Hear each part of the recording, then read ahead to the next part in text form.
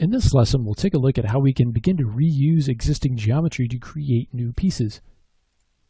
So let's say that we have our leg built here from a piece of NURBS geometry. What if we want to create new kind of accessories or pieces that are going to be stuck to this piece, so kind of fit to this leg?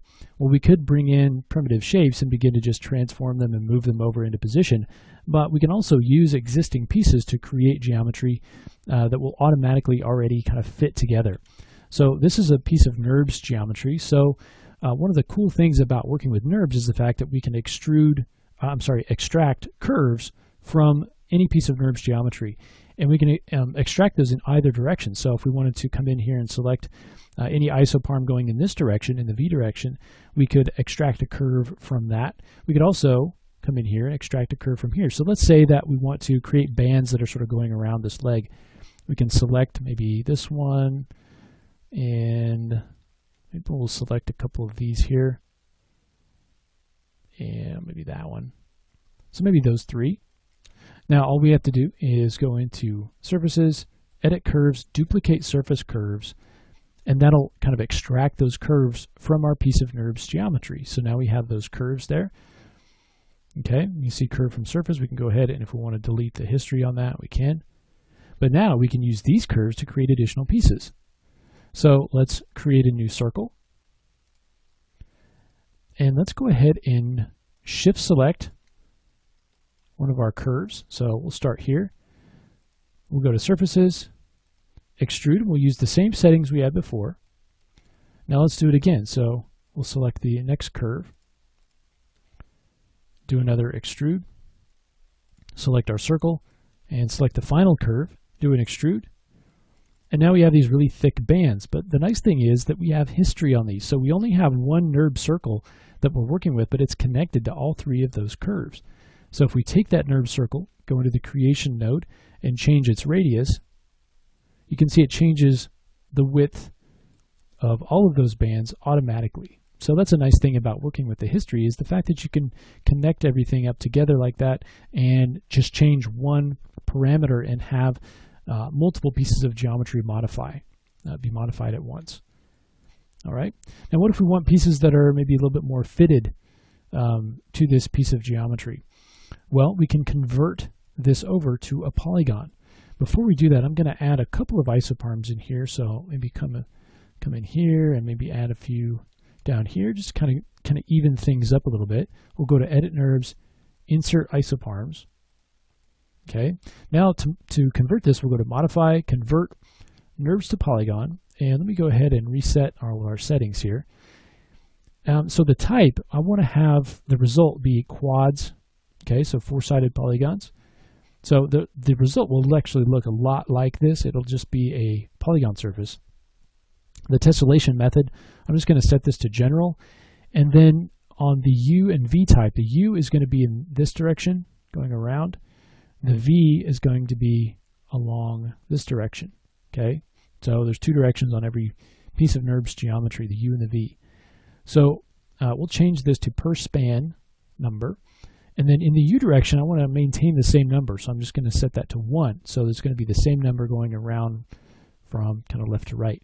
But along this, I want to actually add more polygons. So for every section here, I want to have 3 sections of polygons. So we'll set that to 3. I'll go ahead and apply that. And now if we go to wireframe, you can see the polygon sitting underneath the NURBS surface here. And if we want to kind of take this off and see it, you can see it's now converted that into a polygon. Okay, let me go ahead and move it back. And I want to come in and start to get rid of some of the sections of this. So I want to keep the sections that are between these pieces here. And so let's actually just come in and I want to grab these faces and those, and then I'll double click those, just kind of deleting specific sections. And then here I do want to keep the bottom, but I want to have a little bit of a gap right here. So I'll go ahead and delete those polygons. So I'm just clicking, shift double clicking to get rid of those.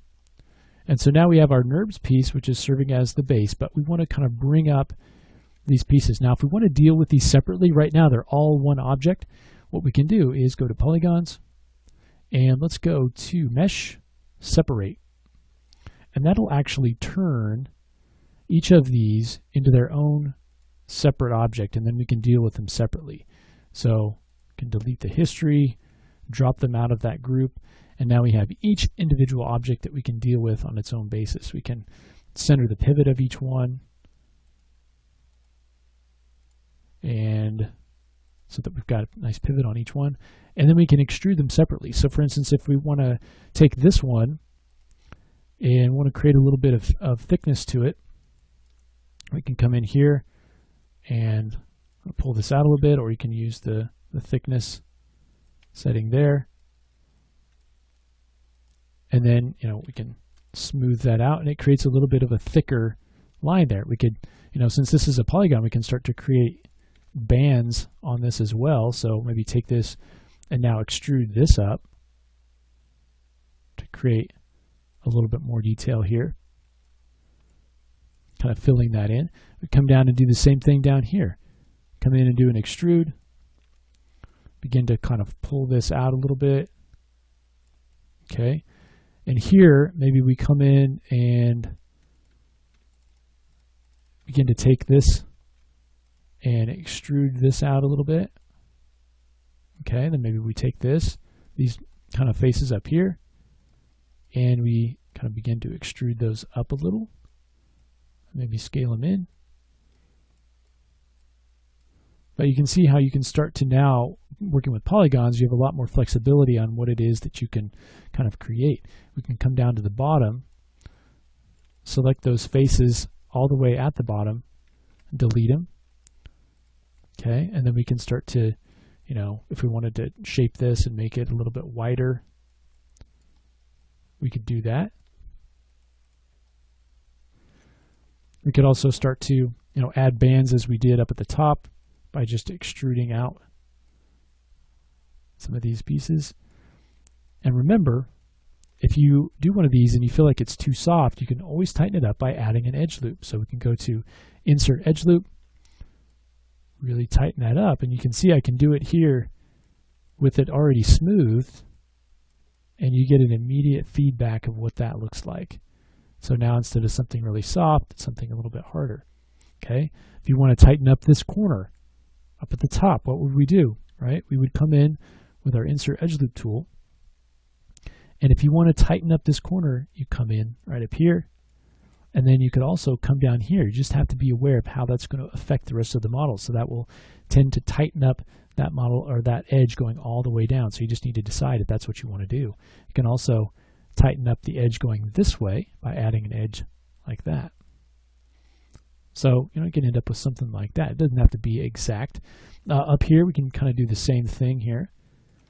So this one, we can sort of extrude this out again, just to add a little bit of thickness to it, and then maybe right around the base we extrude this out a little bit more, so it gives it a little bit more thickness there at the base. Maybe coming in here and just extruding this part out to make that a little bit thicker. Okay, and so you can see you can really start to get some detail along that surface just by using the existing piece of NURBS geometry that we had. We're able to use not only the curves from that, but actually convert that into a polygon and then use those polygons. We didn't have to worry about bending or shaping anything.